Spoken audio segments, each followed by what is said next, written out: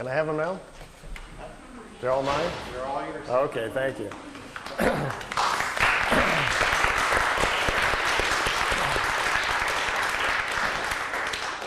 Well, it's nice to be back at Shift with all you fringe people. I kind of enjoy that. I never knew exactly what Shift stood for, so now that I know that it's fringe folks, I feel right at home. I got in, someone asked me a while ago how I got involved in UFOs and what was the interest, and I had to, my mind kind of jumped back real fast. I was standing on the Great Wall of China. Anybody had the urge just to go roam in China and so forth?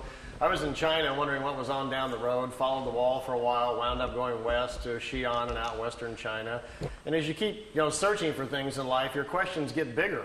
You go out there like to solve a few things like, who am I, how do I fit into the scheme of all this, and then you find out that every time you cross a border, somebody's got a whole new set of answers, knows everything about it, and thinks that they have all the answers. So you cross another border and almost have to start all over again. So there was the journey out through China into Tibet and down to Japan and over into Egypt and so forth. And after running through a few countries, I had heard that there was a gentleman in Switzerland who apparently was having contacts and conversations, if you will, with someone from another planet. And I thought, oh, here's some good stuff. Let's go check that one out. So I saw the pictures, these beautiful, clear daytime pictures of these craft that were supposed to be from another planet. And it occurred to me, if someone was really visiting us from another planet and they were human and we could speak to them, imagine what we could learn from these guys. So I set off to go to Switzerland. Got there, and there was a farmer that lived there named Edward Albert Meier. Most people called him Billy. Turns out he got the nickname Billy because he likes, like a lot of people in Europe, they like to watch our Western movies. And he was very fond of Billy the Kid and used to carry a gun with him and kind of saw himself as a cowboy type. So he got the nickname Billy, and people started calling him Billy. Most of all the people who know him, though, call him Eddie because his real name is Edward. So I got to this little small location up in Switzerland called Schmidruti, which is about 45 minutes outside of Zurich. And I'm looking for this guy's place. It's not on the map anywhere. And I stumble into a little post office. And the postal guy says, well, you found it. This is the Schmidruti post office. And I says, well, where's the home of Mr. Meier? And he says, oh, he lives behind the post office in Hinter Schmidruti. So I've been looking on the map for this Hinter Schmidruti, and it wasn't there. And it turns out he lives right behind the post office. So I got on down the road. Make a long story short, I went looking for him at the farm, and turns out he'd become kind of a recluse, didn't want to talk to anybody. He'd had contacts for several years. The European press had just, done nothing but almost ruined his life through ridicule and drawing attention to him and calling him names and so forth. And so he'd had a very difficult time for a while, and it kind of closed himself off to the outside world. He had pulled about 15 people around him to kind of help him with his information. They'd been drawn to come to live with him. So they were all there, and I had a little chat with them, and they were all very angry and upset. How dare I come to the farmhouse, blah, blah, blah. And I said, well, I wrote you a letter. And he says, what is your name? And I said, my name is Winters, Randolph Winters. Oh, we've been waiting for you. We have some things to talk to you about. He says, okay, let's talk. Turns out that they were interested in me and wanted me to know if I could stay for a while, which I did. And I stayed there for 3 weeks. And I painted the barn. I went out and worked with the cows and did fencing, and had an accident on a tractor where the tractor fell over. We had great fun as the tractor tumbled down the hill and misses and flew over my hills. I had some exciting times for 3 weeks. I found out we had a secret underground pyramid they had built underneath the building over there, a very large full-frame copper pyramid that you could go down into the chamber, crawl up inside of, and sit down on the thing. And I tell you, you go off planet right there. This thing has an accelerator on top of it that sends your mind off into different places. When I was young, my mother taught me a little bit how the mind works and how you get outside of your body anyway, so I did my usual thing that I do. But inside that pyramid, which had been built for Billy by these extraterrestrials, they told him how to build it.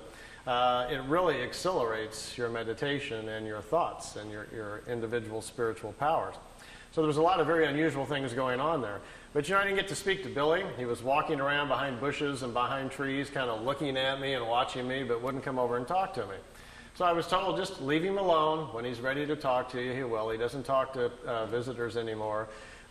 This was in '86. The last visitor he talked to was like in '84. He didn't. He really wanted to be left alone, so I left him alone. I stayed there the whole 3 weeks. Went back home to Los Angeles. Had to go back to work. Got home a week later. The phone rang. It was the farm back in Switzerland. Billy likes you. It's okay to come back. that great, like I just, got to run right back on Monday or something. So I had to wait a few months, and then I got more and more intrigued. They kept calling me, and so forth. And while I was there, they had given me this stack of notes to read. It turns out the pictures that I had seen, which I'll show you some of them in a few moments, these beautiful, clear pictures of these craft from another world, that was just kind of the end of the situation. As it turns out, Billy was brought to this planet. His spirit was put into the other side, the ring around the planet on purpose. He'd come here thousands of years ago, they said. They pull him into life occasionally. They understand how the other side works and how to pull spirits into body when they want to. Later on, I'll explain it a little bit to you if we have time or if that's something you're interested in. And it turns out that Billy's meetings or contacts had actually started when he was about 5 years old. He started getting these telepathic things and then visions. The voices got stronger and stronger, and when he was 7, the voice told him to walk out into the forest where he lives, the countryside in Switzerland, that someone was coming to meet him. He went out into the countryside to the designated area where he was supposed to go, and he says a pear-shaped object, not a round disc or a wedge or anything like that. It looked like a big pear. Remember, this is a 7-year-old boy reporting what he's seen. To him, it looked like small at the top and came down and came out at the bottom like a pear shape. It was chrome, very bright. Couldn't look at it. It was too bright. And it didn't set on the ground. It floated off the ground. And as he was looking at it, suddenly an elderly-looking gentleman with white hair came walking towards him. He didn't even see how the fellow got out of the craft.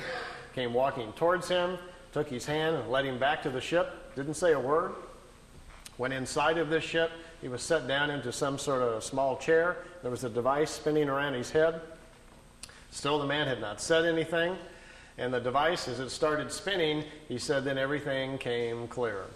As he was sitting in there, suddenly all of his former lives came to him. Who he was, where he had come from, this other planet where he had come from, came back to him.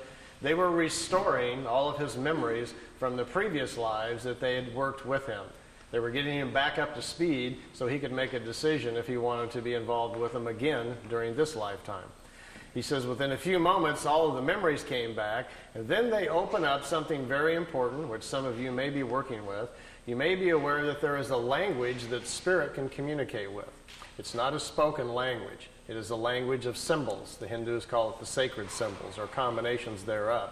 These are images that you portray in your mind's eye during meditation that open up doorways for you into other areas of thought. It also allows you to make connections with older life forms, your higher self, gets into your Akashic or etheric records so you can find out things about yourself and other people. But this is a language that exists in everybody. It's kind of like part of your operating system, but you've never used it. You don't know the files on your hard drive, so you never bother to go looking for it. Well, if they open that up, like they did young Eddie inside the craft that day, and you have full faculty of that language, imagine the things you could go exploring tonight after this meeting if you understood that language. You'd be very excited to get into a meditative state and use your new language to communicate suddenly with other life forms, people on other worlds. You can even communicate with people on the other side if they choose to answer back. So you can do a lot of things and find out a lot of information. And most importantly, you can communicate or send signals directly to creation, the creative source, which is an infinite number of spirit forms just like ourselves, who we all have evolved to the point where they know how to create and run universes, and you sometimes will get answers back. What's the importance of this? This enables you to find truth for yourself. The ultimate learning system. If you have questions about yourself or life and you know the proper symbols and can open the doorways, these things are available to you. Well, imagine Billy, after sitting in this seat at 7 years old, all this comes back to him. All the language comes back to him so they can communicate with him. And then he steps outside of the craft and is sent back home. He's standing in a forest, 7 years old, out in Switzerland. Craft disappears. He goes back home. For the next few years, his education continues. They challenge him to remember things that have happened to him in his past and so forth, all about himself. So he has a very interesting childhood. Now, most of us, when we're 8, 9 years old, we're working on spelling between the lines and figuring out, 4 times 3 and so forth, and doing our painting projects. Billy made it through the 3rd grade. And at that point, one part of his mind was still learning math at the local school, and the other part of his mind is being crammed full of all these very high, sophisticated technical things that they want him to learn. As well as he can't sleep because at night the dream state is so serious with all the stuff that's flooding into his head that we have a very confused young boy here. So he didn't finish his education. Instead, he quit going to school. His parents weren't paying much attention, so Billy would leave the house in the morning, go out into the forest, be left alone, sit down in the forest by himself at 10 years old, go into his meditative state. The stuff would start flowing in. He got educated in the forest. Billy has not lived a life at all like the rest of us. He's never had a driver's license, never owned a car. He's really never even gone into town. He's been living out in the country his whole lifetime. Then at the age of 16, something very interesting kind of happened. On his 16th birthday, the voice he's used to hearing all the time, he thought would come in to wish him happy birthday, was getting very familiar with it. Instead, the voice changed, and it was another voice came into his head. It was a female voice that said she would take over his education, and now it was time to do some serious work.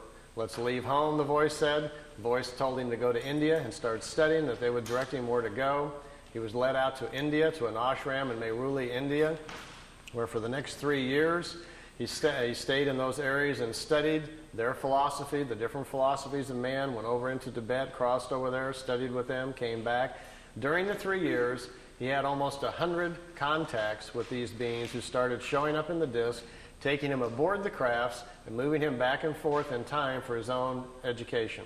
When he was 19, he had to finally make the decision whether or not he wanted to go public, whether or not he would work with them to do this or not. Then they says, it's your decision. Now we're going to leave you alone for 11 years to get your life in order. You're a young man. Go get your wife. Go get your children started. Get your family started, and we'll be back. Well, he says, this isn't going to be real easy because I've already seen most of my life inside the craft. He says they have viewing screens that can show you the past or the future. He already knew who his wife was going to be. He already knew he was going to have 3 children. He already knew where he was going to live. He says, this isn't exactly fair. I feel like there's kind of a plan out there. I just have to kind of walk in the right steps. So he says, well, I guess I'll go to Greece where I'm supposed to go, and I'll be meeting my wife in about 14 days on the side of the road. And it happened, just like they told him. He met his Calliope. They were married on December 26th. He was 19, she was 17. They had to sneak across the border because she was underage. He made his way back into Switzerland where he went, and they had their children, and he settled down in the farm area where he was comfortable. At this point, let me show you some of the pictures and things that happened to him. I know some of you have seen many of the pictures before, but I can see on some faces you haven't. We'll go through those rather quickly and show you some because they're always kind of exciting to see some of the pictures. I've got the slide tray going, and I'm on a leash here. Maybe someone could help me start the slide projector. And I think we'll have to slide a little bit this way now, so it'll go by this gentleman. You got really come to it if you want. All right, well, let's see what happens to us here if we can get an image going here. Do we have any control over lights here? All right, light control. And let's see if we get a nice image here or where we're at.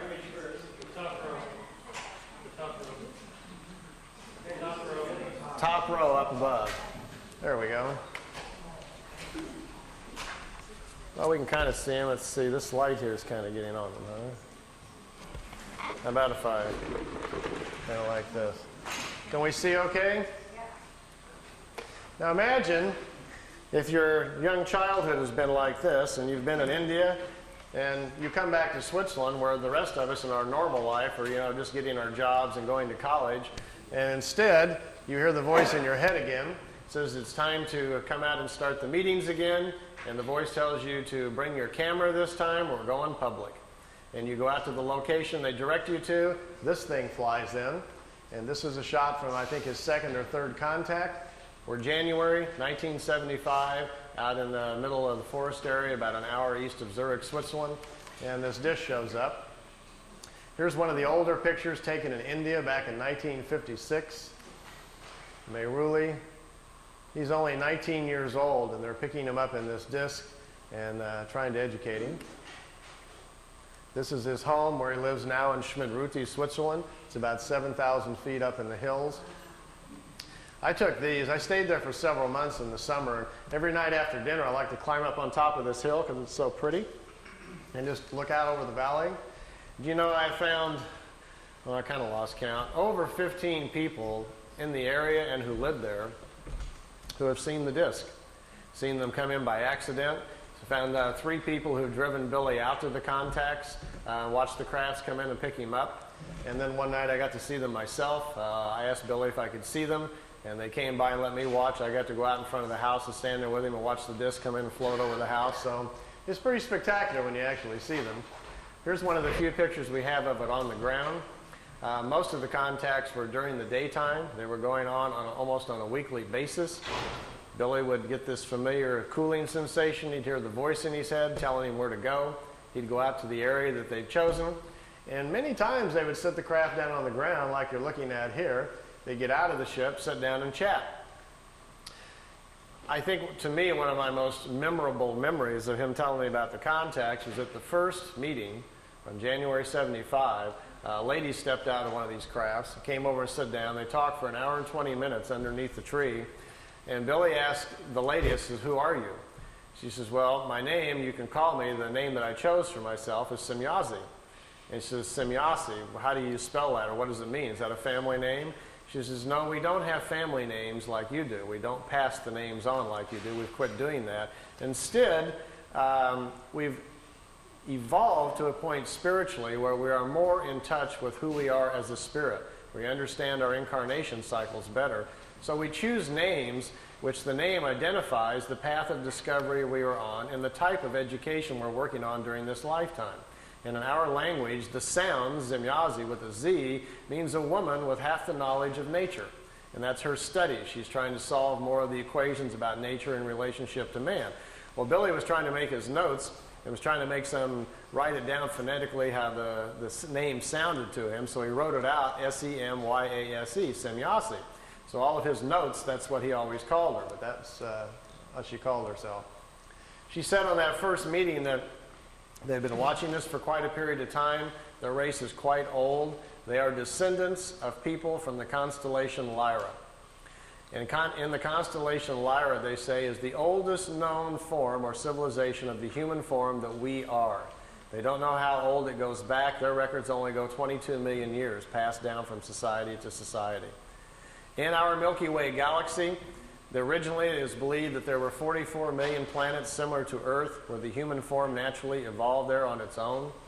That number has greatly expanded over the past few million years because of the length amount of time. There's been plenty of time for races to develop space travel, move out, and populate other worlds. The ancient Lyrians from the constellation Lyra apparently did this a lot, populated thousands of different worlds, and because of their seeds, we have a large human population, they say, in our galaxy. The history of Earth goes something like this. The ancient Lyrians came here the first time back about 22 million years ago. None of them stayed here. There was human life developing here naturally at the time. They didn't return again for a long period of time. History really picks up about 386,000 years back.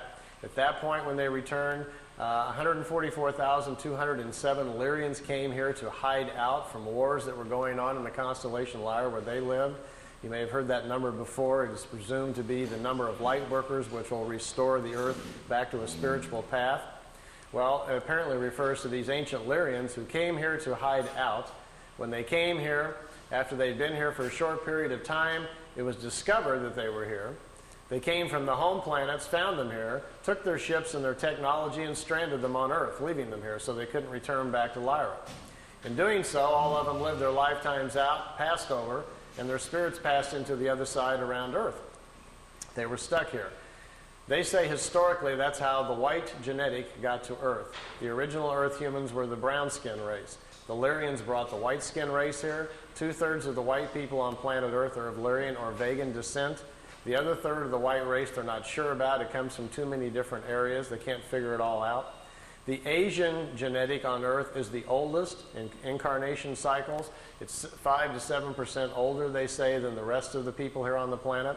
From Sirius, we had a black race come approximately 20-some thousand years ago, a very highly developed one, brought that genetic here. We have a blue skin race that lives underground. They don't like sunlight. They have a slight blue tint to their skin.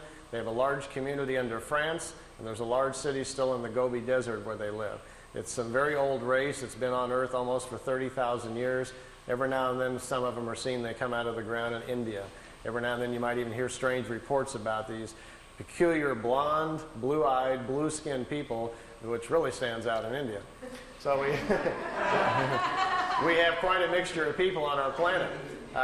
If you ever wondered how we all wound up here, it's quite obvious we all didn't come out of the same monkey, if you want to follow that line of thinking. So we're moving closer and closer perhaps to understanding our heritage. And with some of the tool sets and things that we're learning about going inside and finding out more about our past lives, we're beginning to find out more and more that the Pleiadians are probably correct. We come from a variety of different places around our galaxy, and Earth then finds itself in a very unique situation of diverse people all trying to make it on one little planet. They said normally on a planet, when they find a new planet to look into, there is one race at about the same level of evolution and one color. That is the norm. But on our planet, we've had so much interference. We now have people a very wide range of age, a very wide range of spiritual age on Earth, which makes it difficult to get along. You have a lot of very old spirits who can't get along with the young, and vice versa. Our biggest problem, they say, is overpopulation. Imagine for a moment I handed out to all of you some glasses. Remember those 3D glasses in the 3D movies? Well, imagine that I gave you something that allowed you to see spiritual energy.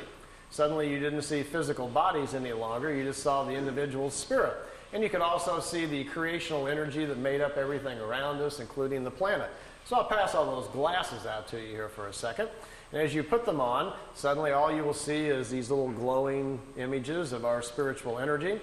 And if, let's say, we backed out into space so we could see the planet, we would notice that around the planet Earth there are several rings. The first ring forms after the planet cools, and the very first forms of low single-cell creatures begin to form on the planet. The first ring forms. These rings are the other sides for the different levels of spiritual life that's on the planet. They continue up to 7 rings for the different life forms. After the animal kingdom, the lower orders, the insects and so forth are formed, the highest order of life, which is us, comes into existence. We are the 7th ring around the planet at the top. And they explain this to Billy because something pretty interesting is going on. Normally, in that other side, there's a balance of people on the other side. If we are in balance and living our lives correctly, there are 2/3 more people on the other side there is in physical body.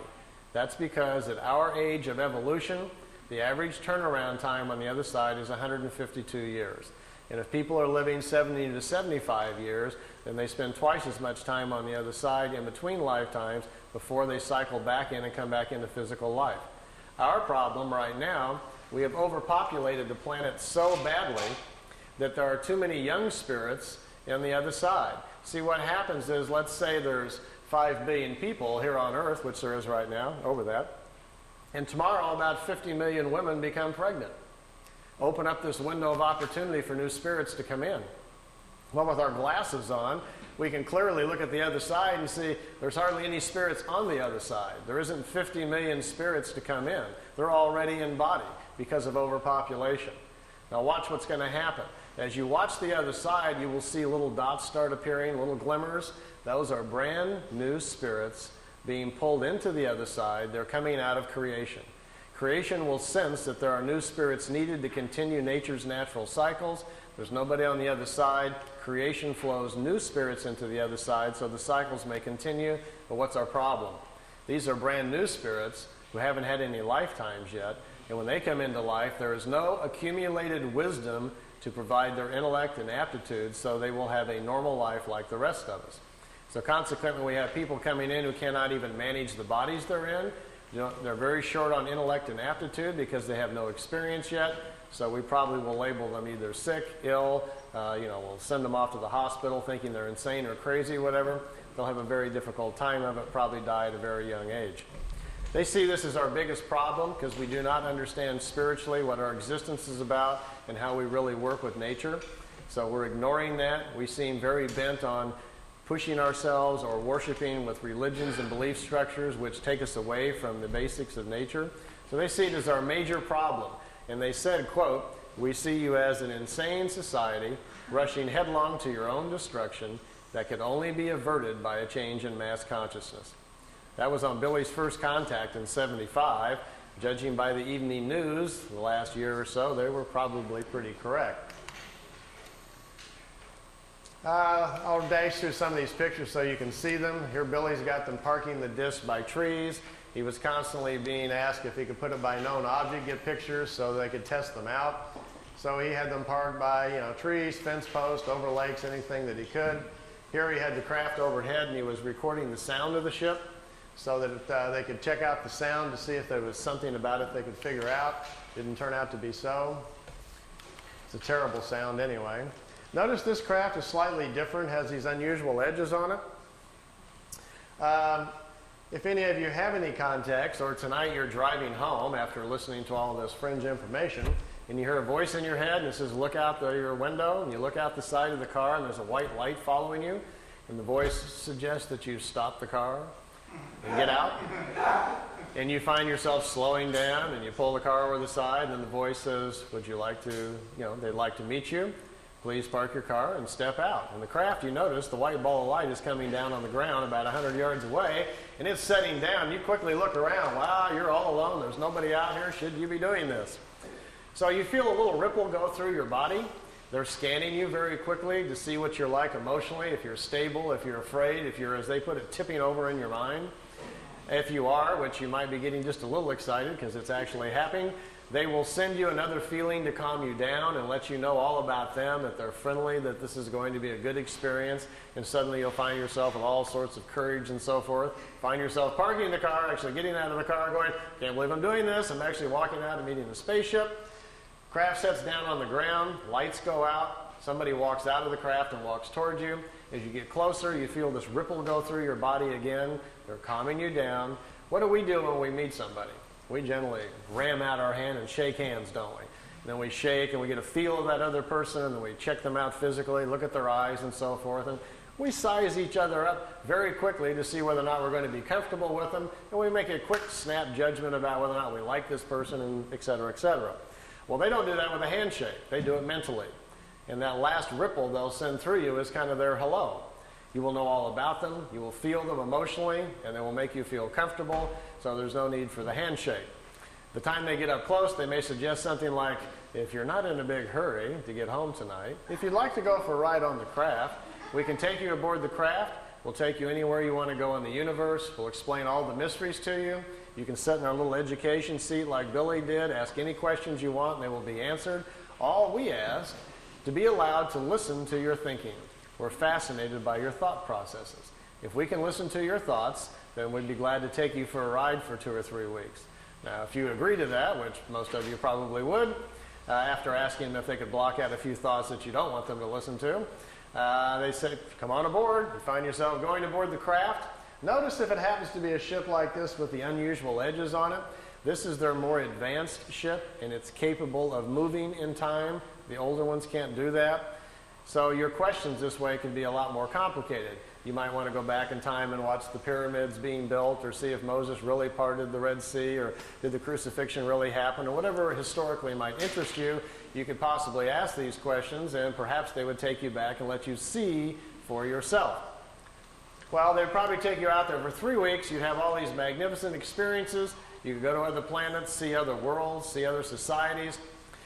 Maybe even go back in time and watch yourself being born, or visit yourself when you were alive 300 years ago. You can do some rather amazing things if they would let you do them. Then they bring you back. You may notice on your chronograph watch that 3 weeks has gone by, but by now you have an understanding of time because they've educated about it, and you're not surprised if they bring you back the same moment that you left Earth time. And you get out of the ship and walk back over to your car, and your car engine's still warm, no time has passed on Earth, and you've been gone for 3 weeks. Now you get in your car and drive home, what's the first thing you're going to do? You're going to get on the phone and call us, aren't you?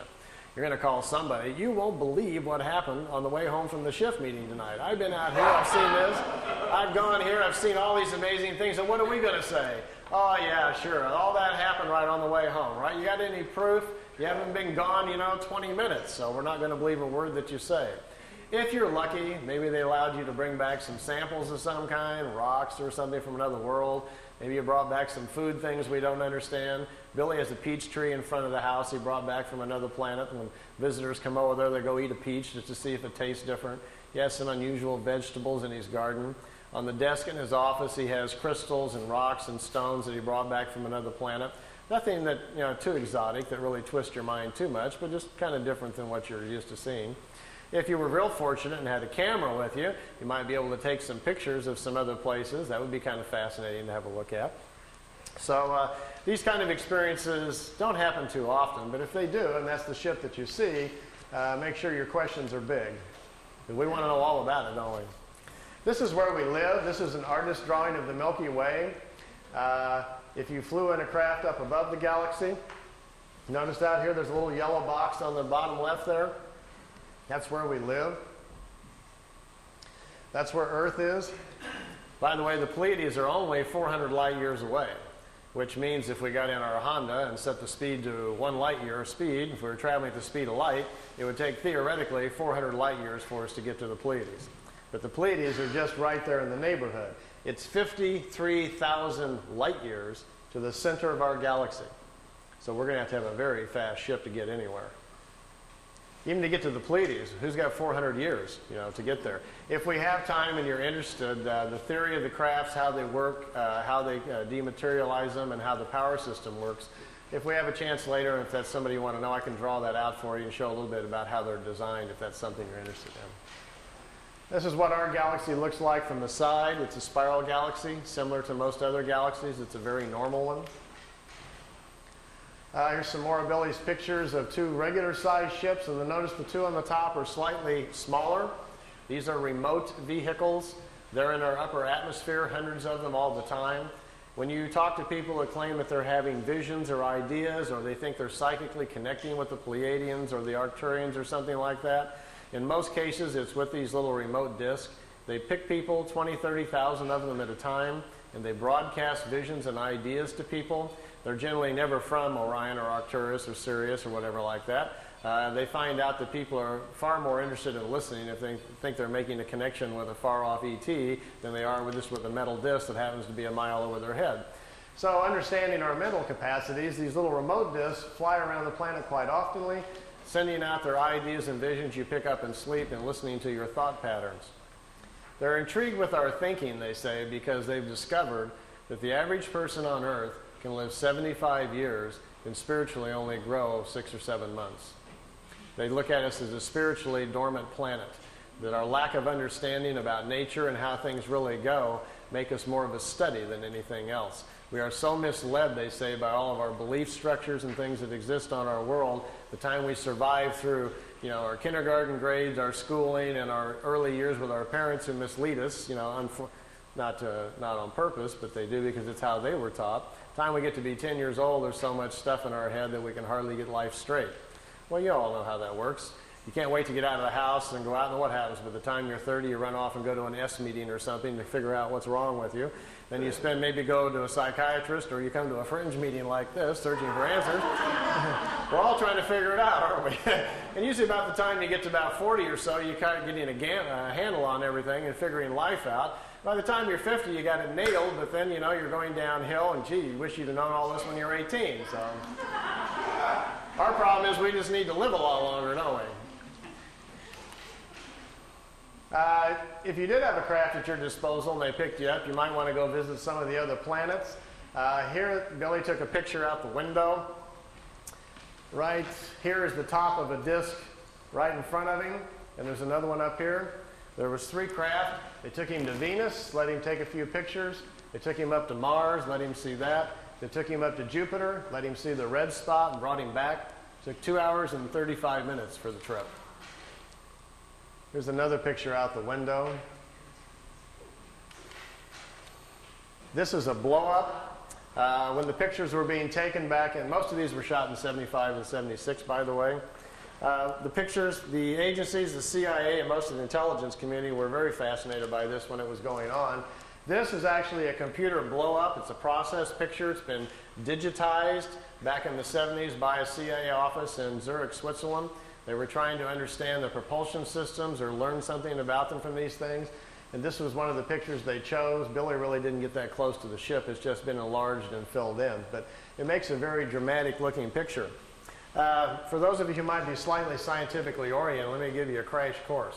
See this bar right here? This is a very important factor in what makes this ship work. This craft basically doesn't produce what we would call anti-gravity. All matter is comprised of atoms. Follow me on this. It has electrons and protons. We have electrons spinning around a nucleus, right? So the concept is that anywhere you would go in our atmosphere or in the universe, anywhere you go, there are atoms or subatomic particles that have electrons. Well, as long as you've got electrons around, one of these things will work. This device actually is designed so it will swim within electrons. That's what it's doing. Here's what happens. Down at the bottom, right here in the center, we have a reactor for power. We have a rod that goes up to the center. And up here at the top, we shoot a charge, a very positive charge. And right above, where this rim is right here, the whole top of this ship, the surface area of the craft, a positive charge is shot out. And what it does, it charges the electrons that are flowing around the top of the craft, and it makes a vacuum right over the top of the craft. That's what causes it to lift up off the ground. Because down in the bottom, out in this area down here, the charge is all different. There's a negative charge put out by the reactor down here. There are 3 capacitors on the bottom, 120 degrees apart. When the capacitors fire, a negative charge goes out the bottom, but the capacitors do not work if the craft is too close to the ground. The planet itself grounds out the charge of the capacitors. So they have to lift it off the ground before they can have the capacitors charged up. So that's the purpose of the vacuum at the top. And this right across here is an interesting kind of metal which separates the positive charge from the negative charge, because the surface of the craft is highly charged by this intense field that's going on. So you have to separate the two. We have the charge at the top, slowly lifts the disc up off the ground. It gets up about 12 feet. The capacitors down at the bottom, there are 3 of them in a triangle form down at the bottom, charged up. As soon as they kick in, the flow of electrons then moves down the side of the ship, gets out to the edge, and electrons have a very peculiar nature. They will not turn a corner. And when electrons get out to the edge of the right out here, they accumulate. And this accumulation, as soon as the charge gets high enough and they accumulate to a certain point, a field goes all the way around the craft, and that's what you see glowing at night if you see a disk. When the field gets up to a certain frequency, voila, we've got propulsion. The ship is then isolated within its own gravitational or magnetic field, and at that point, basically, the bottom of the ship is chasing the top of the ship, which is in a vacuum. And you've got a way to move a craft around. Now, if you accelerate that with a tremendous energy force they have within the reactors inside, which, by the way, are no bigger than the size of a football, it's an implosion system with no radioactivity. You can put your hand on it while they work. They're very small. That creates a strong enough energy field that you can move around anywhere you want to go. So if you're thinking of building one, by the way, the more of the science stuff, how to create the charge, the voltage that you need, and the other things are on a website I put on the web. If any of you are interested in that, I'll give you the address later on. You can dial in and read the whole thing, and perhaps you can build one or something. If you do, bring it to the next shift meeting, and we'll all go for a ride. You know. This is building some landing tracks. You can see them down here, the 3 landing tracks where the craft sit on the ground. It's kind of reminiscent of crop circles, isn't it? Here Billy's got his tripod out in the foreground, and the crafts are off in the background. Here we've got a regular sized ship and 2 little ones again. Those little remotes. This is a different kind of craft. It doesn't sit down on the ground. It floats. The bottom of the crafts are flat. Burns the ground up pretty good though. There's one at night. It wasn't a solid craft. It was just more of an energy field. Billy took several pictures of it. We have about 20 witnesses that also took pictures of this. It changed shape. Small objects came out of the large one, flew around the house. Billy tried to communicate with it, but communication wasn't possible. Later he was told that he had been paid a visit by a group of life forms, if you want to call it, from another world that do not exist in solid form. That there are many kinds of life in various shapes and forms, and some of them are non-physical. And the non-physical ones can move their essence or their energy field or whatever you want to call it to where they want to go. They get together in groups and kind of like jump to different places that they want to go to. Kind of like biolocating, I guess we might call it. And what you're looking at here is a picture then of a life form that exists in a non-physical form that biolocated to Earth for whatever reason, perhaps just curious about Billy. These are the last photo sessions taken in 1981. Billy's got them pretty trained by now to park by trees, as you can see, and known objects. He calls it the Italian wedding cake. The balls on top of it were experimental. They apparently have since dropped that design and no longer needed, but this is a matter displacement device. They first acquired the knowledge to transmit, or you might say teleport their crafts on their very large crafts first, and then they're downscaling the technology here to the little ones. There's also a movie film of this coming in and zipping around the tree that he shot at the same time. And here we are coming in around behind the house. How would you like this to come floating through your back window? You look out and here's coming down in front of the house. That's where Billy lives in Schmidruti. Like they say in Men in Black, some swamp gas reflected off of Venus, and you gotta. Well, as you can see, this is why this case has been about the most controversial in the UFO history, because with these kinds of things to look at and talk about, it gets everybody pretty charged up. And here they are leaving at night, taking off from the house. The film imbalance causes it to look gold. The craft is actually silver. Here you can see the bottom of it, what looks like some sort of crystalline objects down at the bottom with some sort of etchings all around the circumference. Okay, we'll stop right there. Okay, we can have the lights back on now. Everybody kind of watch your eyes.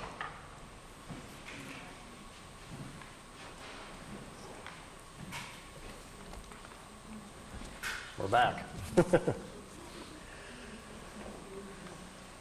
Meier's contacts went on till 78, ended in October 78. The time I got there, they were pretty much all over.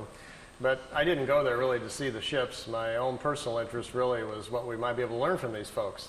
You know, it's not going to be that far, probably in the too distant future, maybe with sometime within the next 50 years, they are going to land on the White House lawn, or somebody's going to. And we're going to have open commerce with life forms from other places. We are going to meet the family of man in the universe sometime. It's going to happen sometime in the future, probably when, after we've gone through some changes and grown up a little bit and got more responsible as a planet, somebody will probably decide, okay, it's time perhaps to make connection with us. These Pleiadians, anyway, say they're not quite ready to do that and think we're really several hundred years away from that before they are interested in any kind of open commerce. And I asked Billy, I says, why is that? He says, well, evolution comes into play here. They're a lot older than we are. They're still physical. They still have children like we do. They still have to eat, but not very much. They only sleep perhaps an hour or two out of each 24-day cycle. They don't eat prepared meals any longer. They've extended their lifespan now up to about 1,000 years. So they're living in a much different kind of society, as well as the main difference, he says, is their mental. He says talking to them is like interrupting a monk in the middle of meditation or something. And then you find out the monk has an IQ of 1,000. You don't even know what to say to this person. They're tremendously intellectual. They know what you're thinking before you even hardly get your thoughts together.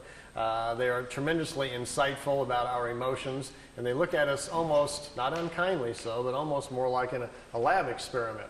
Like we might look at, some ants or a horse or something. There's a vast difference between us intellectually and mostly morally. He says they've evolved to a point on their world where they live a lot different than we do. There's this very small population there. There's only around 400 million people on the world. We have 5.5 billion people here. If you've traveled around the world very much at all, this is a pretty crowded place. The planet itself looks like there's nobody on it when you fly up in the air a little bit. But then you go to our cities and we're all just standing on top of each other, aren't we? You'd think we would spread out a little bit and share the space, but of course that's not good for zoning laws or making money, so I guess we won't do that for a period of time. They have no major cities on their planet because, for one, they don't have economics like we do. They don't have government quite like we do either. They have more of kind of a wisdom system where they find the smartest people in certain areas and put them in charge of certain things. What a concept. Perhaps if we did that. Yeah. Remember 2 or 3 weeks ago when they were trying to get us to go bomb Iraq again, and they were all the signboards were out in front of the White House? Somebody was holding up a sign which really summed it all up for me. It said, "Smart bombs, stupid leaders."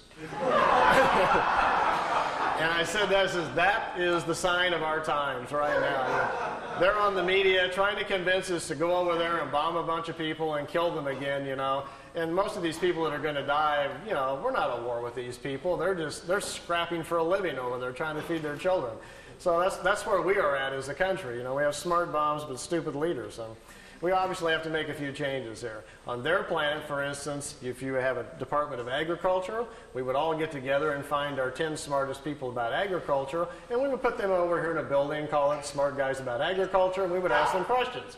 Well, we don't do that. Instead, we hire smart lawyers from South Carolina who just allocate funds for this and then take it back for that and stick it over here. Our whole government's based on shuffling money around, not about anybody knowing what they're doing up there. So if we would actually change our system to something like this, we may be on the beginning inroads to fixing some of our problems here.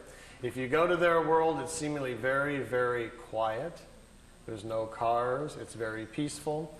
Billy says the people, for the most part, looks like either they're asleep or they're all in a trance. He says they're very, very mental. They communicate very openly, like in an open consciousness, like an open phone line. And he says there's something going on he didn't understand quite at first. He says, because we're not doing any of this.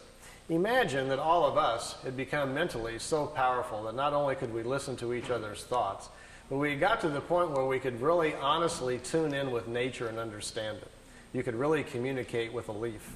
And you could literally talk to a rabbit as it was walking by you. We were really tuned in with the world we were living in. And then it fell upon us, as the elders of the planet, to do something about a deteriorating environment. And all of us got together and we knew the answer. We knew if we took part of our mental force and projected it into the atmosphere, we could not only clean it up, but we could put an energy into the atmosphere which would help all the creatures in nature. Everybody would live longer. We wouldn't get sick any longer. Our metabolism would change, and we could control the quality of our physical life. We understood this. So we all sat down one day and said, let's do it. We took hands, we charged our minds up, we got into a higher self as high as we could, and we charged the atmosphere up, and it changed all the life on the planet. People quit getting sick. People quit being emotionally unhappy. It stabilized the planet. The food started changing so that when you ate a small pear or a peach, you no longer got hungry. You didn't need to sleep as much because there's available energy to everyone. Everyone could tune into it to become educated. There was no need for schools. All we had to do was teach our children to sit down and tap into this consciousness, and all of the knowledge of the elders would be available to them. This is how they're living on their world. And they protect this mental environment. They don't let people from other worlds come and interrupt it and upset it. If you and I were to show up there with our cameras and our tape recorders, wanting to, have them stand in front of a tree so we could take their picture, they may accommodate us. But Billy said even when he was there, he continually felt like he had to be quiet, like he was in a church or something, like he knew he was upsetting something going on. He says they don't like a lot of visitors because normally the visitors aren't tuned into what they're doing mentally. And it's looked upon like a virus or a sickness in the atmosphere when lower life forms come to visit. I told Billy, I says, but I thought they'd ask you on a couple of times if you'd like to come back and live there. He says, yeah, you can do that.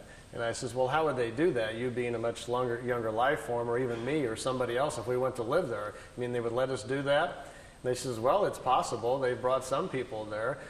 He says, they might put you in an out-of-the-way area. But he says, they have a way of redoing your thinking. They can fix your brain right up. I said, how do they do that?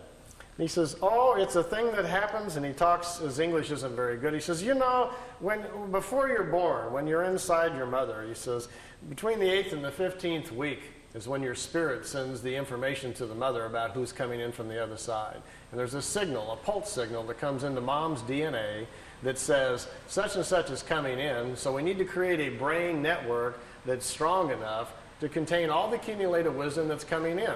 Now, once the brain is formed with mom's DNA and this new signal that comes in, he says, as the body begins to form, after about the 4th month, he says, when there is commitment, when the spirit is ready to come in and it looks like we've got to go here, we're going to have a full pregnancy, he says, then something happens in the acids in the brain.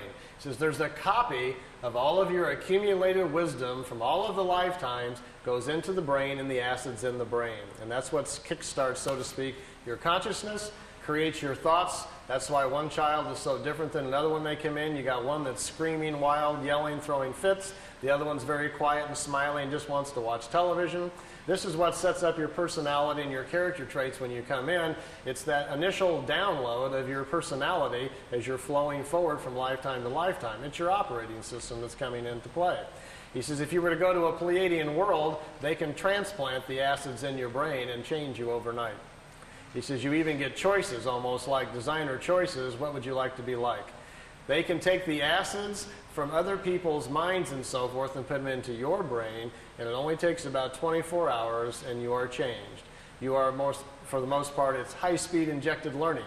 But he says the trade-off is you're no longer exactly you, because who we are as a personality and as a character is a large reflection of what we know, how we think, and how we act. And all that's going to change very, very quickly overnight. So you would have to be willing to put up with that. You're going to go through some dramatic shifts in personality, as well as your intellect is going to dash forward very quickly. So usually what they do is they kind of like pick out the style that you need. If you're a scientific person, lean that way. If you're a more nature person, whatever it is you might be leaning towards, they can give you these kind of injections, so to speak, slowly over a period of a few weeks and very gently change you into a different person. You get up to their speed mentally. And the nice part, he says, is as soon as you pass over, finish that lifetime, it carries forward. That wisdom carries forward into your spiritual self. They'll teach you how to do it. Then your next lifetime, it sticks. So you've, in effect, kind of taken a shortcut in the evolutionary cycles and skipped a few lifetimes down the road. So there are potential shortcuts. It is quite possible to do that.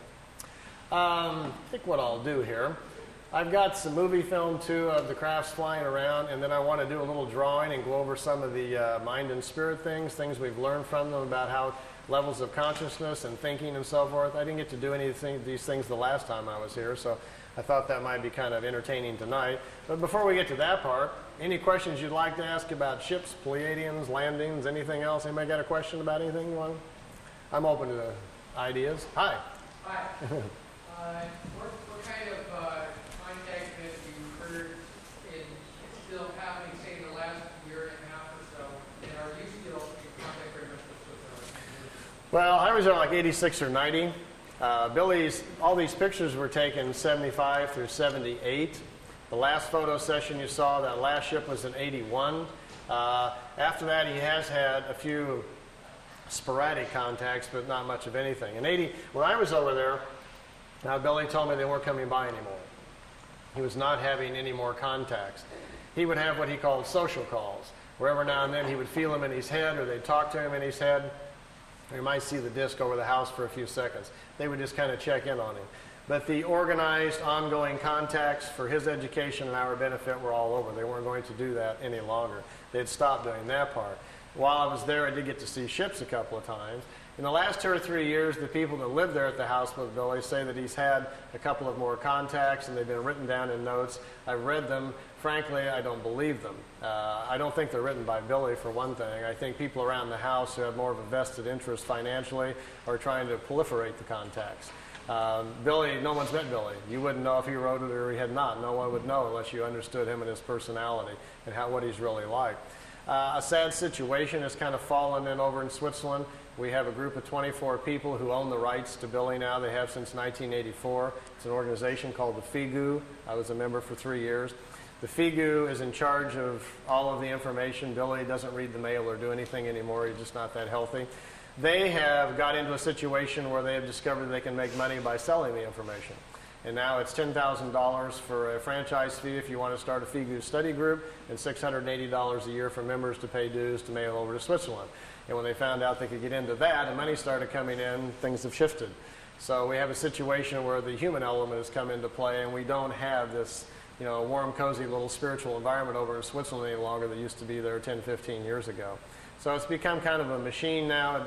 It almost seriously borders, I hate to use the word cult, but they've gotten so closed-minded about things that it's going that direction. They're no longer open to other people's interpretations. They're mad at everybody, and it isn't a real healthy situation any longer. I kind of gave up communicating a couple of years ago. All I was doing was getting into arguments with people. Either they're mad that I don't come over anymore, or they're mad I wrote a book, or they're mad I'm doing this or that. And it's not why I went there to begin with. I was just a traveler on the road, stopping for my own personal experience and education, much like you go to the pyramids or the Great Wall. You go to benefit yourself and to learn and keep moving on. And they were mad at me for stopping in and moving on. I resigned from the group in 1990. I wasn't mad at anybody. I just didn't want to be part of this group attitude any longer. I started getting nasty phone calls just because I would talk to other people, or they didn't want me doing this or that. And I says, this is getting really out of hand. I says, I am not a follower type.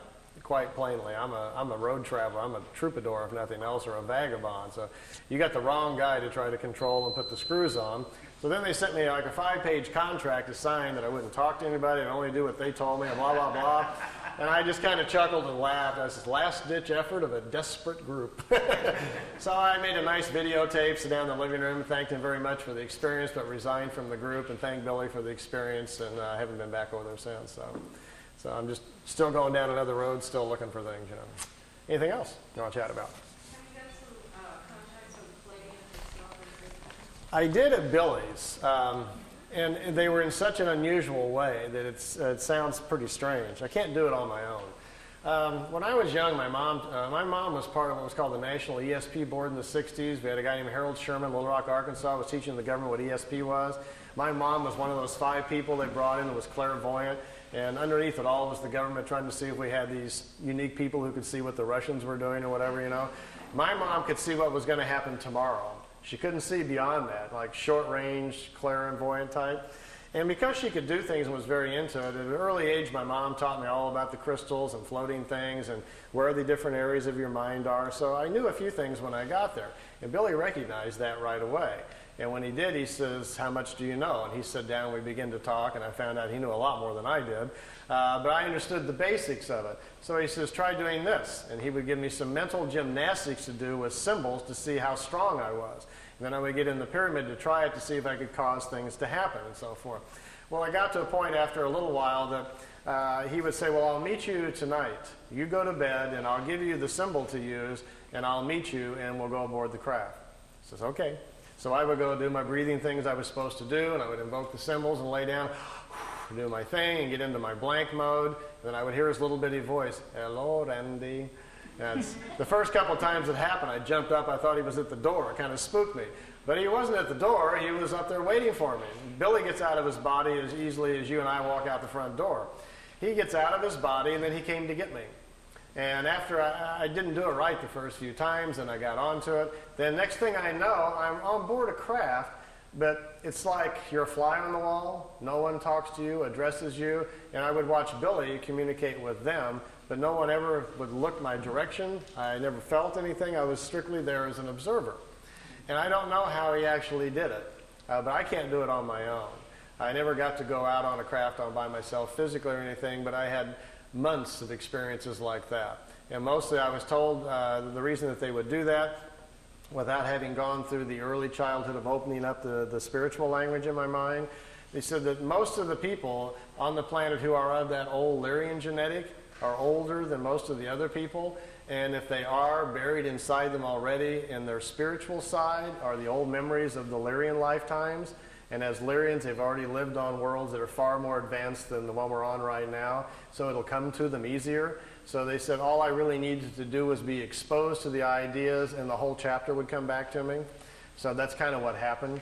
And with me, Billy would just give me a few things and kind of grin and says, "You got it?" And I'd say, "Yeah." He says, "Go outside and figure it out." I'd go sit down and think about what he talked about, and I could walk back in and explain it to him for 3 hours. Stuff just started coming back very fast.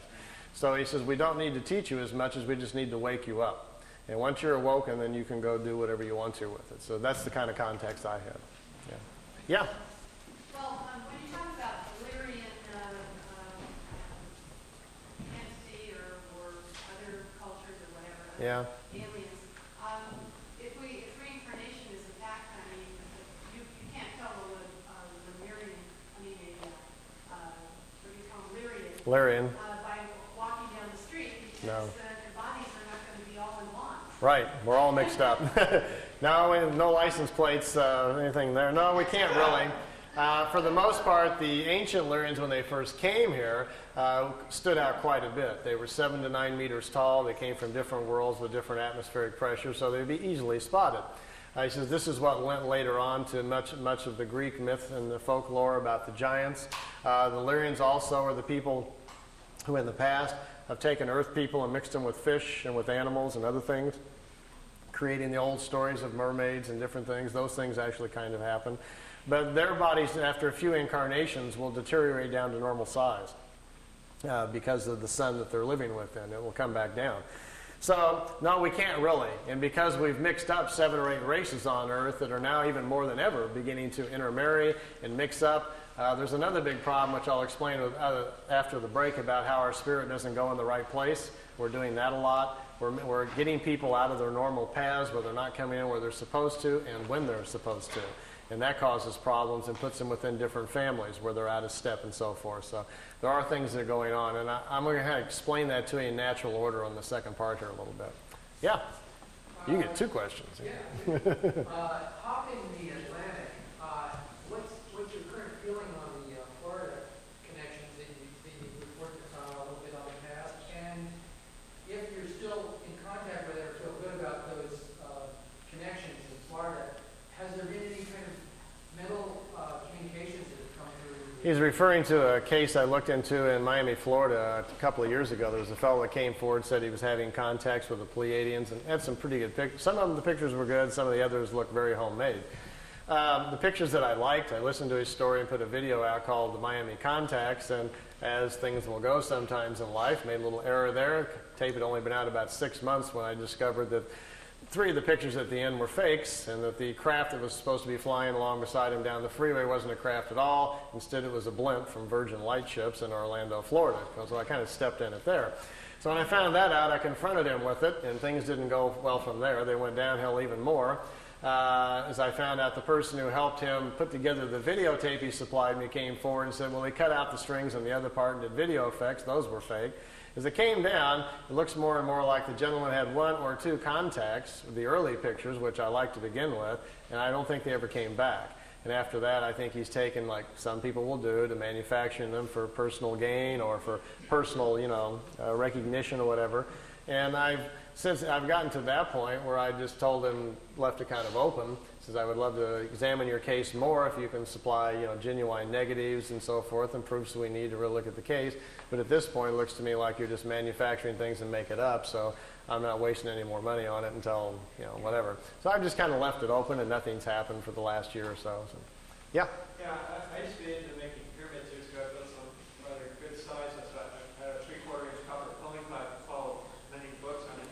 That pyramid phenomenon, it's supposed to sound very fantastic. Do you have any No pipes over there. size of the plans or what they actually did? The pyramid itself, you can't stand up in it.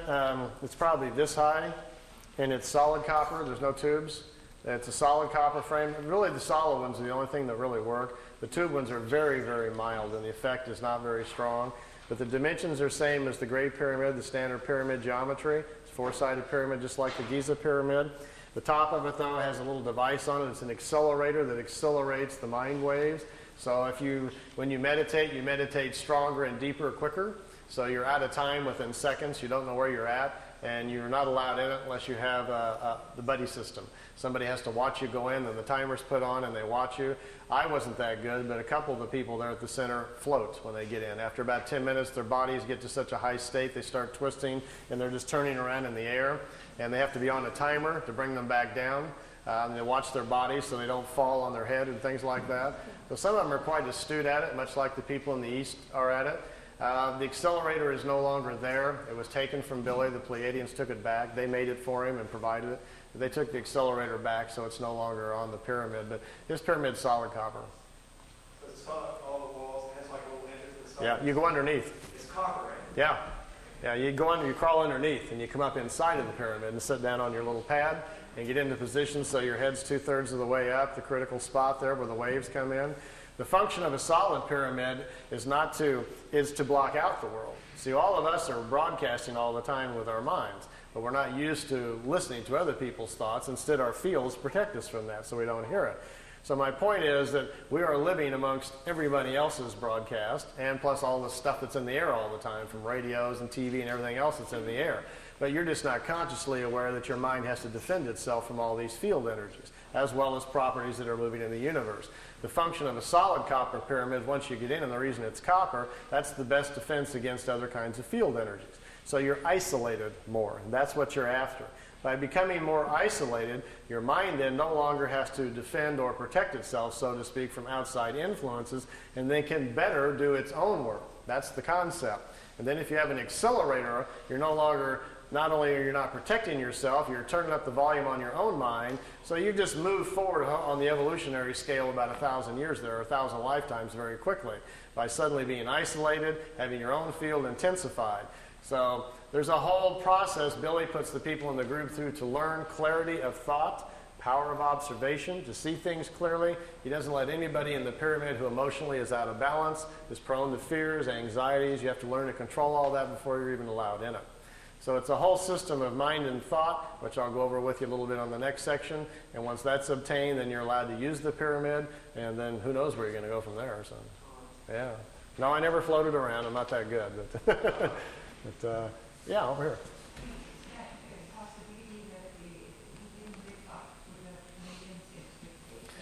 They said that they were, after the third year, they told him that expectations were at 32%.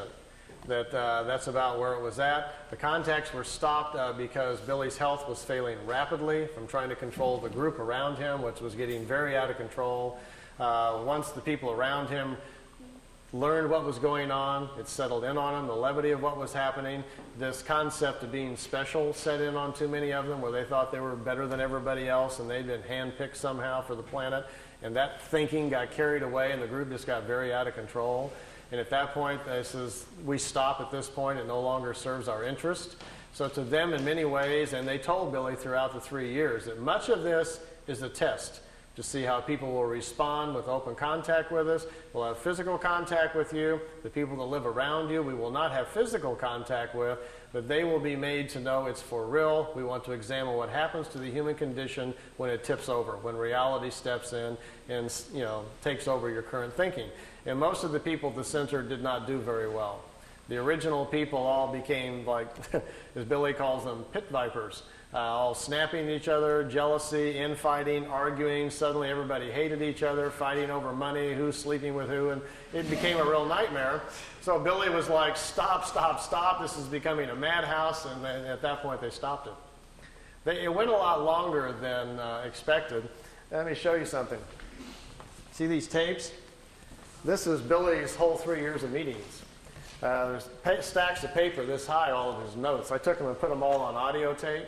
This is the whole 3 years of his meetings, and they're in chronological order. As you listen to the tapes, it will tell you, even after about the third or fourth meeting, already they were considering stopping because they could see that it was too fragile for people.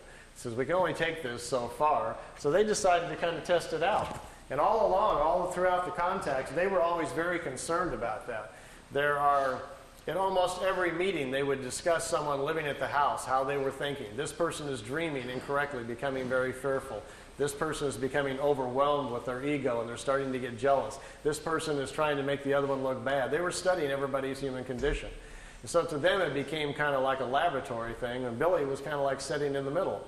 He's got all these 10, 15 people in the house behind him that are going berserko, and then he's trying to keep his cool and get them to keep coming back. I think 4 or 5 times on there, he's literally almost on his knees. Please come back. I want more education. Let's continue. And they kept saying, like, that's enough. It's time to stop. And at the end, the last contact in October 78, they put him under what they called a probation for a year. If everybody could get themselves together and calm down, they would start them again. But it got worse. Instead, people just went nuts around the house, and Billy says no more, so they didn't come back anymore. Yeah. Volumes that Wendell Stevens put out, really butcherous translations, how complete or accurate? Wendell Stevens was the original investigator on the case. That's how I found out about it. The notes, Billy's notes, the 1,800 pages of all of his typewritten notes, Wendell has a set and I have a set, and Wendell made the messages from the Pleiades books out of those. Wendell didn't change anything. What Wendell did was leave things out that he didn't think people were really ready to hear, and mostly that was pretty much all the spiritual stuff. Wendell's not comfortable with that. You must remember that Wendell's more of a nuts and bolts, chase the UFO picture kind of guy. So it was his decision just to leave a lot of that out of the books. But from what I've read in him, Wendell didn't make any effort, neither did I, to try to change anything. And we just figured, let the marbles fall wherever they do. My book, The Pleiadian Mission, is a little different. I actually went to Switzerland because Wendell and Lee wouldn't give me all the notes. And so when I was traveling on my next trip, I said, I'll just go to Switzerland and get them myself.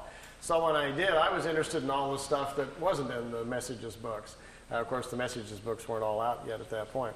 So what's in mine is pretty much, most of the book is 67%, 60 to 70%, mostly the spiritual stuff, which is what I was particularly interested in.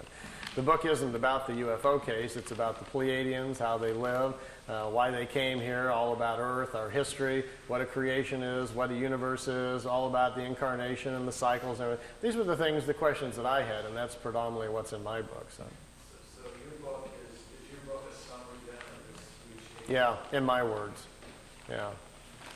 And I think in some ways, not to put Wendell's down at all, I'm a big Wendell fan, I love the guy, but my book is probably more accurate at the things I talk about than his, because Wendell wasn't interested in a lot of those things. Wendell felt obligated to put it out, but didn't care that too much about it. And there's a lot of places in Billy's notes where things are not explained well, and they just didn't get it right, and then later on they fixed it, and Wendell didn't know about that. So Wendell didn't take the effort really to look into things that much because he wasn't that interested in it. Of course, reading the translations are an exercise in masochism. I've got one set of them. I used to make sets of them every now and then for study groups. People, the whole pile of them. Yeah, they were translated by a German student who didn't speak English. So he got a dictionary and transliterated it, just word for word without fixing the grammar. So it's as you read it, after you read the first few pages, that you're about getting a headache trying to figure out where the adjectives are. Why isn't the adjective over here? And we don't speak that way. But then you get used to it. You get a flow after a while, and you kind of look at sentence by sentence, and then you start reading them a little bit better. So the translations are lousy. The first 3 books of the 18 books I had translated in beautiful English. I paid $2,500 a book to a translator. I was going to do the whole 18 and then put them out on the market. And I just gave up. I couldn't afford it for one thing. And about that point is when I decided to get out of the figure, so I just gave up.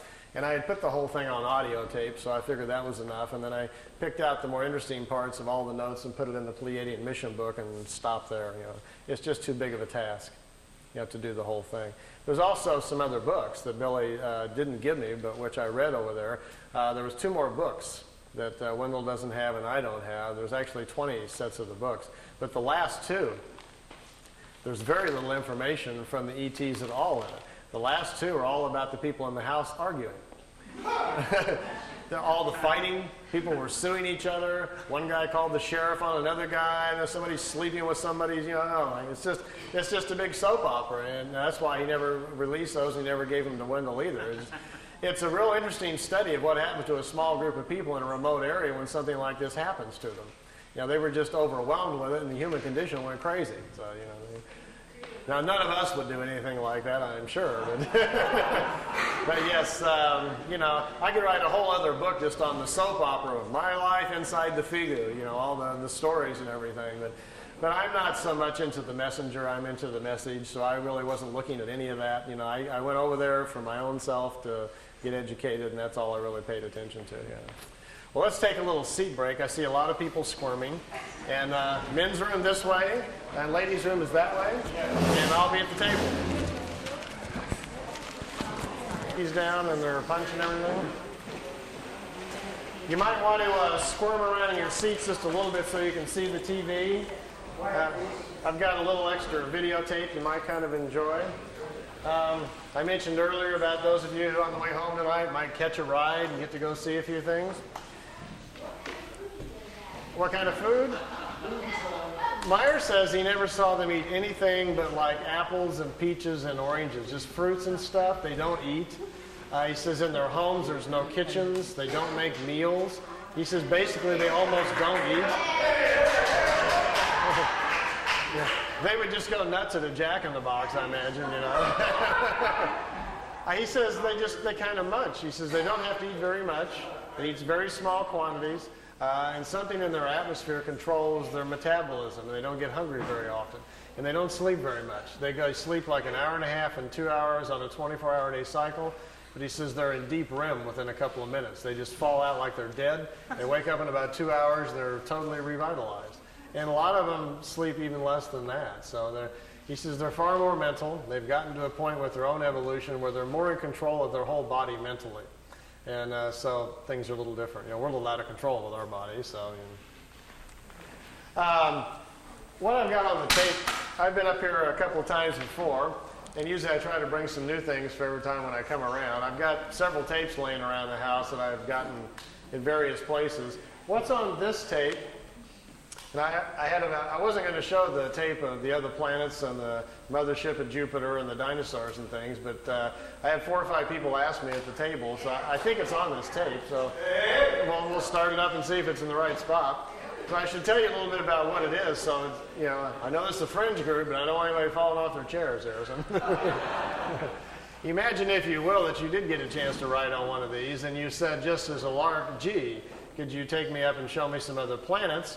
And they do, and you start seeing satellites and other equipment around Mars and so forth, and start asking questions.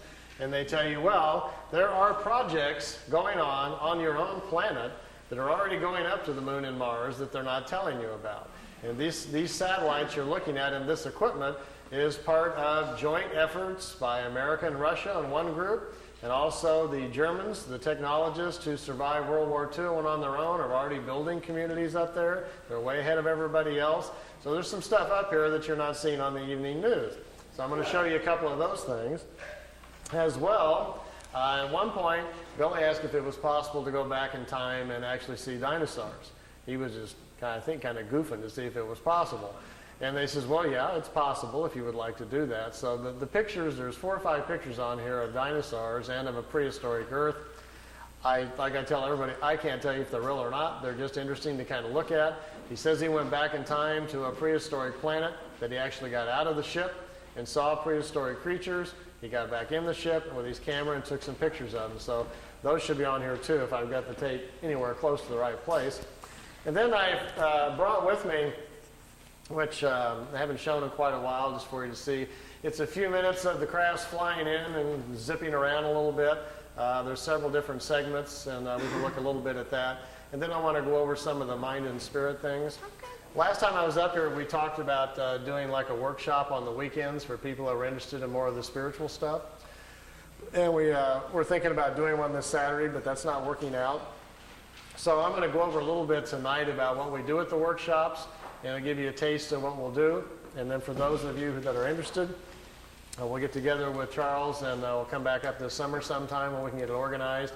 And then we'll do it on a weekend. We can do it 1 day or 2 day. If we do all of it, it takes me 2 days just to get through everything, if there's enough of you that are serious about doing it. I have my own copper pyramid that Billy made for me that we use in groups, and I'll teach you some meditations, and I'll teach you some of the mind things, different areas of your mind, how to use the symbols and find them. So it's kind of fun stuff if you're interested in following that kind of path, as well as we'll go over some things about the universe and how our cycles, our incarnation, how the rings are formed, and we'll have some fun with that and try some things. So we'll do a little bit of that tonight. I'll go over it just a little bit. So let me see where I'm at on this tape and see if I'm anywhere close to where I want to be. Oh yes, here's Venus. His first flight around our solar system. Here's a picture of Mars. By the way, this is not a professional tape. As you can see, these pictures are in a picture album, and I've just got my camcorder out, and Wendell and I are flipping through the pictures. So this is not a produced tape for you to look at. So it'll probably never be on the market, but at least you get a chance to see some of these pictures. This is Mars just from a different direction with the sun very bright on it. Now, here is Mars, but here's one of these satellites. It's in orbit around Mars, made on Earth, unannounced, and is in orbit. This is the spring of 1976, and this device is in orbit around Mars. I don't know exactly who made it or who put it up there. Here's another one. This is Mars again, and here's the light panels, solar panels, and the satellite equipment in orbit around Mars again. This is a different one. This is a dust storm on Mars. Billy wanted to get close and try to take pictures of artifacts. You've all heard about some of the Sidona Plaza on Mars, about the face on Mars that Richard Hoagland and other people have been looking into. Billy published a paper back in the 70s talking about that. There was a race of people lived on Mars. They had a terrible catastrophe about 186,000 years back. At the time, there was about 40 million people killed on Mars, and they're all gone now, of course. So there were societies there, and we will find quite a few remains of their civilization once we get up there. Here he's on board one of their large motherships. This is the side or the edge of a saucer that was parked inside as he was walking by it. Here's Jupiter. Here's the mothership in orbit. They're flying into it to go aboard. It was 17 miles high and about 10 miles in diameter. He spent 3 days on it. They went to different places in our galaxy to show him around. This was the craft that was right in front of him as they were flying into it. He took a picture of that one. Here, again, is back at Mars. These aren't in any particular order. Here's another object in orbit around Mars, and look, here's an American flag on it. So there's a couple of things that they've put up there that the military's put up that we don't know about. This is a picture of Billy in a suit. He's on a prehistoric planet to see the dinosaurs. He's got a breathing apparatus on. This is a Pleiadian man, and they've stepped outside of the ship so he can see the animal life on this prehistoric world. Got his picture taken too. That's pretty good. This jumps back here to, remember the Apollo-Soyuz hookup, us and the Russians back in '76? Billy asked him if he could go up and watch it. They said, okay. They took him up. There's several pictures here of the Apollo-Soyuz hooking up with Earth in the background. Some of the wildest pictures he's got. I mean, just look at the vantage point. The planet's in the background. How else would you get this picture unless you were up there at that particular vantage point? Not a lot of people have that in their photo albums, you know. You can imagine the people at NASA would crack up, you know. They'd probably find it a little hard to believe at first, but they don't have pictures like this. Here it is when it's just hooked up. There's Earth in the background, and here's the two capsules coming together. This is the top of the mothership. There's windows, but there was nobody in the windows as they came into it. We really missed out here. Billy shot, he said, 3 or 4 rolls of film inside the mothership, talking to people and going up and down the halls and so forth. He lost all of the pictures. They were all stolen from him. We've only got 2 or 3 of them left, and they're really practically nothing. This is a prehistoric Earth. They're back in time. That's Earth in the background. That's a moon in front of Earth, and he's looking over the surface of another moon. At that point, they told him there were 2 moons in orbit around planet Earth. We think we're about 60 million years back. Here's another picture over the surface. Neither one of those moons is currently the moon that's in orbit now. The moon that's in our orbit now, they say, has only been there around 5 million years. Look at this one. This is another piece of equipment in orbit around Mars, and it's huge. It's like a space station. And it's in orbit around the planet. It's also from Earth. We haven't heard anything about that, have we? Here's the dinosaur pictures. Billy's back inside the ship, and there's a viewing screen in the craft, and he says he's taking these pictures. Here's our first dino. He's got kind of gold-brown skin, got large hind legs, short forelegs, and a head that looks kind of amphibian, like a vegetarian type. Here's the second one. There's a bird here apparently dropping some food or something. Is that Charles? Charles dropped his food. This one's pretty hard to see. Here's the head of some sort of creature crashing through some bushes here. It's hard to tell. I know it's probably hard to see these anyway from back there, but just the idea that someone could actually go back in time just really gets my brain going. There's a bird. There's his eyes, some pretty nasty looking teeth. And the last picture after this one is the strangest of all. It's a plant that has an insect head. Billy calls it a plantum. They were trying to explain to him how the evolution of different life forms goes. How, for instance, here's a plant life when the plants are the food kingdom of the world. When the plants evolve to a certain level of evolution, then these lower order forms, here's a small head, and this head is part of that plant. Here's these 2 little eyes. It's an insect, the beginning of insect life on the planet when the food kingdom has evolved high enough. There are 7 different stages, they say, of spiritual energies or creational energies on a planet that create the many different kinds of life forms. There's a transition from one kind to the next. Ours is the 7th or the last one. We have to wait until the animal kingdom has raised the evolution of the body material high enough so our cycles can start. Okay. Oh, I didn't know these were on here. These are some of the Miami pictures. Some of the ones that I didn't put on the tape, because I'll kind of go through them here. Here's the kid in Miami. His name is Manny Escondon is his real name. He's taking notes. Here these discs came in. His girlfriend took the pictures. These are flat-bottom discs. They're made on Earth. They're called Vril disc, V-R-I-L. They're manufactured down in Brazil. They also have a factory down in New Schwabenland in Antarctica. Here's another picture. As the news copter came in. Look at the first 3 discs. When they see the copter, they start to turn invisible or put their shields up. And the first 3 crafts that go out in a series are just becoming invisible when he snapped the picture. It was taken with a Polaroid at a 30th of a second, so it caught it right in the mid of going out there. These discs were designed by German technology in the late 40s. The first ones we know of that were tested out were probably around 47 or 48. They're called Vril levitation devices. As you can see, they actually fly quite well. Notice the nice V formation. Being typical earthbound Air Force pilots, they're still flying in formation. We understand this technology a little bit because intelligence has shot down some of their ships, learned how they're doing it, and when you hear rumors about how the Americans are building flying discs, what we're doing is playing catch-up to the German technology that's been around since the 40s. Their technology has accelerated tremendously. They make 2 different types of levitation devices. That's what we're doing out at Area 51. We manufacture the devices in San Diego. They're put together by General Electric. We test them at Area 51. Here's the German disc parked down on the ground at a facility down in Brazil. Here's 4 guys standing next to it down there. There's a whole row of them. He couldn't count how many were down there. He had his Polaroid with him and grabbed a few short shots here. Over here's 2 guys here and a craft coming in. You can see the 2 guys standing here.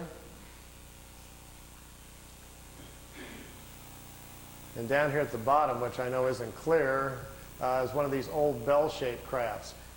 Many of you are probably not familiar, but there was a fellow named George Adamski back in 1962 who claimed to be having contacts with people from Venus.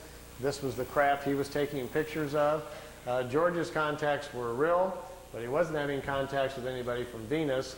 The blonde-haired ladies that were inside the craft were actually from Brazil. That's where the crafts were flying out of. They've been making them down there since about 1947. They find it very convenient if they make contact or land somewhere to tell people they're extraterrestrials, and we're very open to it. If they tell them, hi, we're part of a German intelligence group from Brazil, people would freak out. I got my camcorder and I've got my micro lens on here getting as close as I can to this picture. It's a very, very small Polaroid picture that's about that big, and it got wet in the rain. He left it in the windowsill, so I've ironed it and put it on paper so we didn't lose it.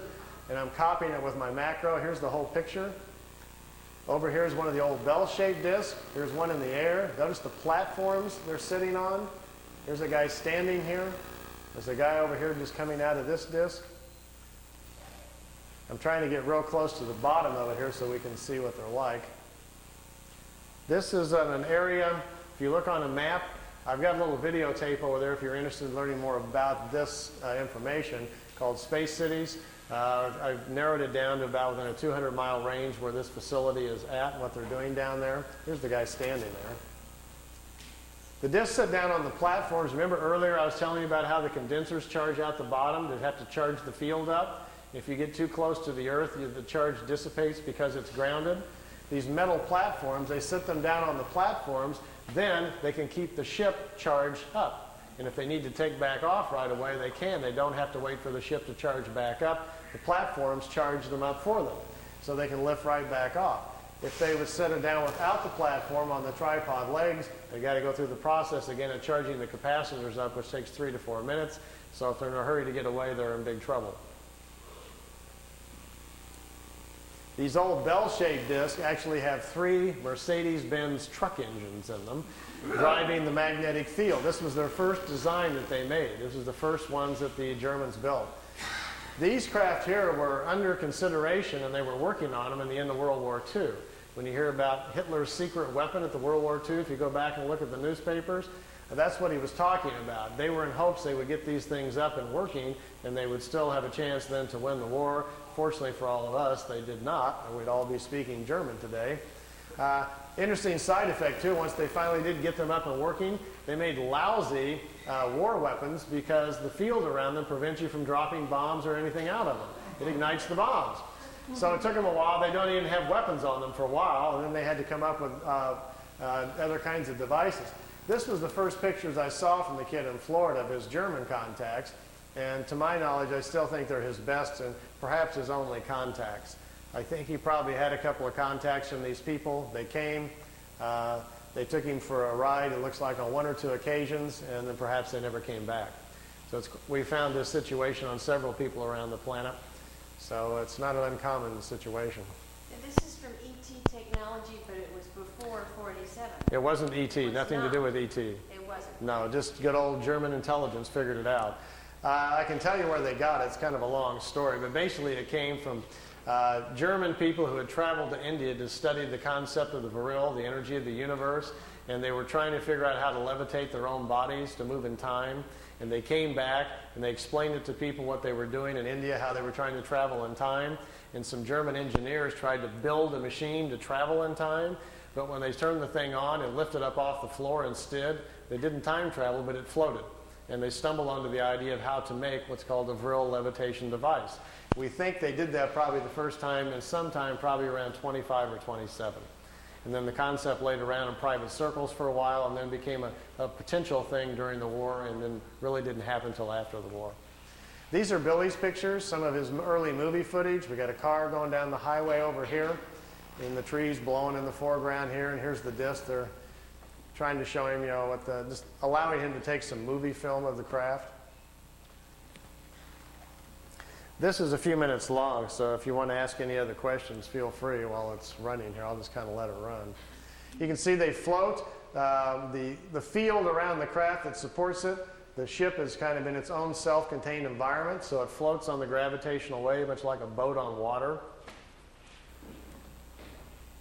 And when they blink out, what is the technology there? They really don't go anywhere. They figured out how to make them invisible to our eyesight by controlling the frequency of the field around the disk. It's just a trick. They set the field up to a certain frequency, it bends reflected light, we can't see it. You and I don't see direct light, we see reflected light. Sun bounces off of me, goes to your eyeball, and you see me. This is a demo right here, I think, where it blinks out. If I put a very strong magnet, for instance, between you and I, right here to interfere, you keep turning it up, eventually the magnet will attract the photons that make the light and bend them, and they'll go the other direction, and you couldn't see me, but they can see me over there. But you wouldn't be able to.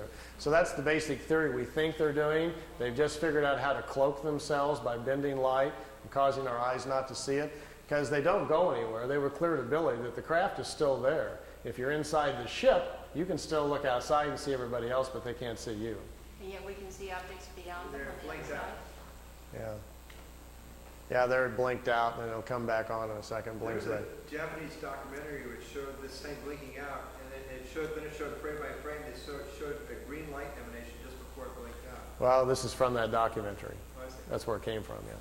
Billy shot 9 sections of movie film and gave them to Junichi Yaoi in Japan, and they put together called Beam Ship, the movie footage. Originally it was called, a film came out in Japan called Contact, and then the Contact bombed at the box office. Nobody showed up to watch it. And they previewed it in Kansas City about 1982 or something like that, and people booed the movie. They didn't believe it at all, so they took it off. And so then it came out on videotape like 7, 8 years later, and all this footage was on it, you know. Nobody was too interested in looking at it. See how the craft just kind of floats? Let me move on down because there's several on here. And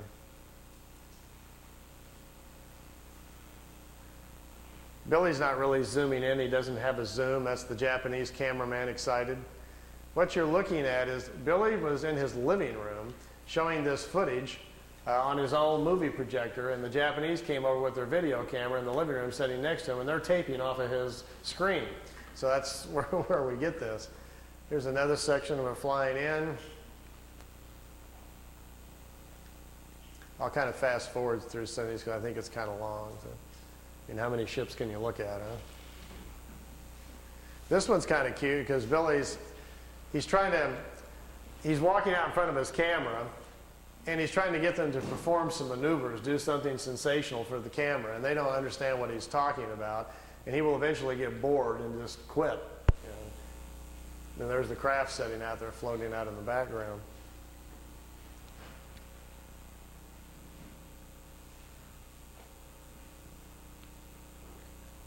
But the best ones are still to come. Let me move on down the road here a little bit.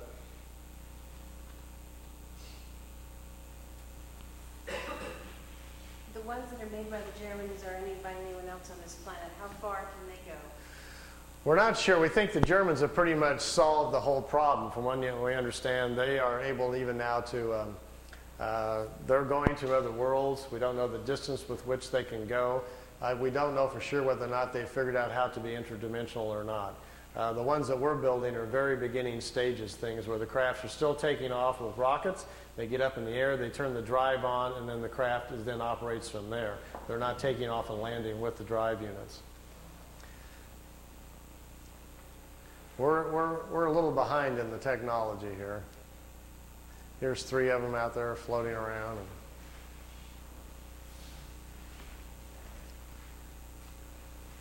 Is anyone else in league with the Germans? How about the Japanese? You know, that's the curious thing. I think at certain levels of security, obviously, on this planet, everybody knows what everybody's doing. So it's at some point up there in higher levels, everybody knows what the Germans are doing, what the Americans are doing. We don't know. We're the last ones to learn about it. But I tend to think that the Germans have probably, I like this one, that races across and then wobbles. There is some cohesion, if that's the word, between America, England, and Germany, but I'm not sure exactly what it is. I think we've tried to get along with them at some point to get information from them, but the people in Congress know that the United States is not interested in having open contacts with a renegade band of Germans. Everybody's going to yell Nazis and scream, and it's not going to work.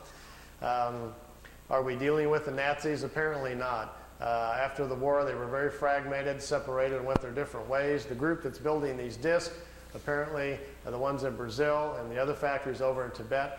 Apparently have gone off planet, met ETs, and become very spiritual oriented on their own quest and don't hang out with the others any longer. So it's not really very clear, but I think in the future that's what's going to unfold, what we're going to find out, what's been going on the last 40 years here on our own planet.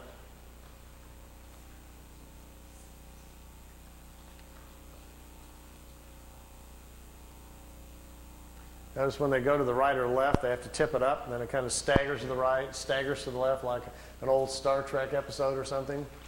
That's because out the bottom, we're pretty sure the field comes out the bottom and has to push the craft, so it kind of slides to the left in an awkward manner. They're not really designed for slow speeds or idling, you know. So they can go really fast against the... They're not very good at slow speeds. But this thing about traveling beyond light speed to convert it into like spiritual thought energy. Lights, please. One more thought on that, and then we'll kind of get off the engineering here. You obviously can't go that fast. We already know there's something called the mass speed correlation theory, where we cannot accelerate any matter beyond a certain point and it implodes upon itself. That we already know. So even if I had a ship here today and we all got aboard for the price of admission tonight, we're going for a ride, we went out and got in the ship and got inside of it and punched the button to say, go to, where do you want to go? Let's go to the Pleiades and say hi to the folks. Well, we couldn't fly there in the ship. It would take, even if we had the speed of light, and we'd be going 400 years to get there, so we don't have that much time. So they have obviously come up with some methods to move the craft much faster.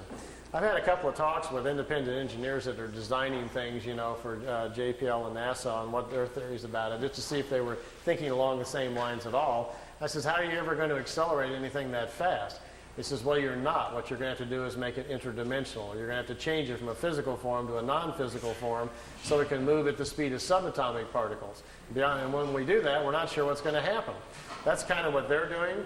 They dematerialize the craft. It's converted into a non-material state that contains its own map or programming. And then when it's in a non-material state, it's no longer in reality, in the three-dimensional world.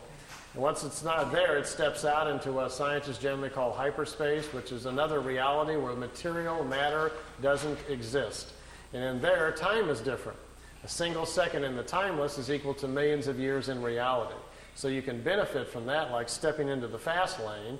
And then, if you have correctly included your mapping and parameters within your non-material state on where to go, you can zip up and down the universe then in hyperspace in a non-material form, going wherever you want, and the clock is standing still. They said the idea of folding space isn't real. It's a clever thought, but that's not really how you do it. Space is not being bent or folded. You're just changing your own essence to do this. So then you go to where you want to go, and the real trick is to be able to put yourself back together and stay within the same time frame. Because here's the clue. Once the craft is in a non-material state, in this hyperspace, if the particles that you are now existing in slow down, you come back in time. You'll re-enter in the past. If you accelerate the particles relative to the speed at which they started with, you move forward in time. And think about this. If a single second is equal to millions of years in reality, it would take very little of a change for you to slip off millions of years. Get lost real good. They said that the universe is literally full of beginning time travelers learning these concepts. That these secrets are very closely guarded, because to understand them also begins to unlock the matrix of the universe and gives you access to knowledges which is very, very dangerous. So they don't teach anybody this stuff. They say they guard it very closely. It's too dangerous. They being the ETs? Yeah. It's not healthy to learn, and they say, until people earn their own responsibility with it. Okay, I got a little drawing board here. That's great.